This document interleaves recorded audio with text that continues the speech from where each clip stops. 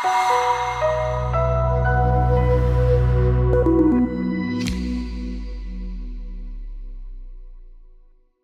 I'm Erik Renander from the Hedge Invest Africa Opportunities Fund. I'm giving you the update on September.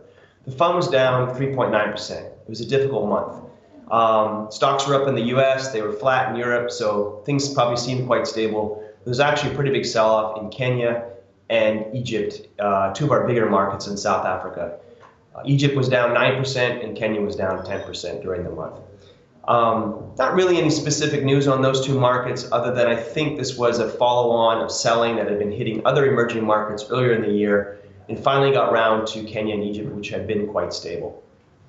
We anticipated this could happen and did reduce some of our more illiquid positions in both Kenya and Egypt going into the month, but in hindsight, maybe we should have done more. And so this sell-off in those two markets had a very big impact on the portfolio. In addition, we had one stock-specific loss in Aspen Pharmacare, which is a South African position, where they reported some disappointing numbers. Not what we thought given previous numbers and some of the acquisitions they had done. We did sell about a third of the position at the open after the report and sold the rest of it over the next 2 days. So mostly a combination of some difficult markets in Africa and one stock-specific loss. Over the month, we were quite active on the research front. We visited about 45 different companies across Kenya, Egypt, Nigeria, and South Africa. And overall, the takeaway was Egypt was the most positive, as we've talked about in previous months. There are a lot of positive reforms there, and they're starting to show fruit. On the negative side, we were disappointed in Kenya. We made a trip to Kenya, and basically, the Kenyan government has been borrowing a lot over the last several years with very ambitious infrastructure projects. And they're under pressure now to reduce these deficits, these annual deficits from 6% down to 3%. And there are a whole host of tax increases that are going through this year, from fuel, airtime, money transfers, sugar, and higher VAT on imported cars. So these tax increases are going to be a bit of a shock for the Kenyan economy. And in addition, we didn't like some of the commercial real estate data points we came across.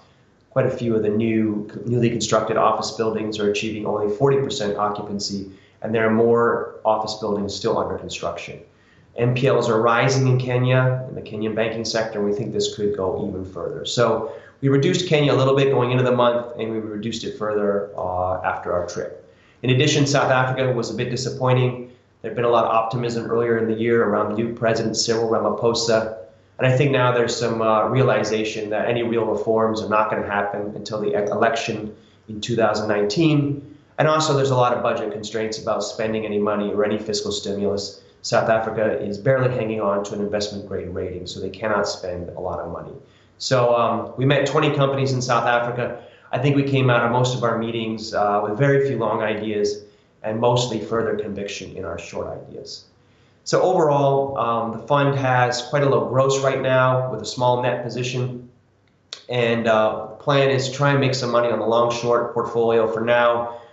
But the bigger opportunity is to just wait for a better entry point with these stocks where stock prices and valuations more accurately reflect difficult conditions.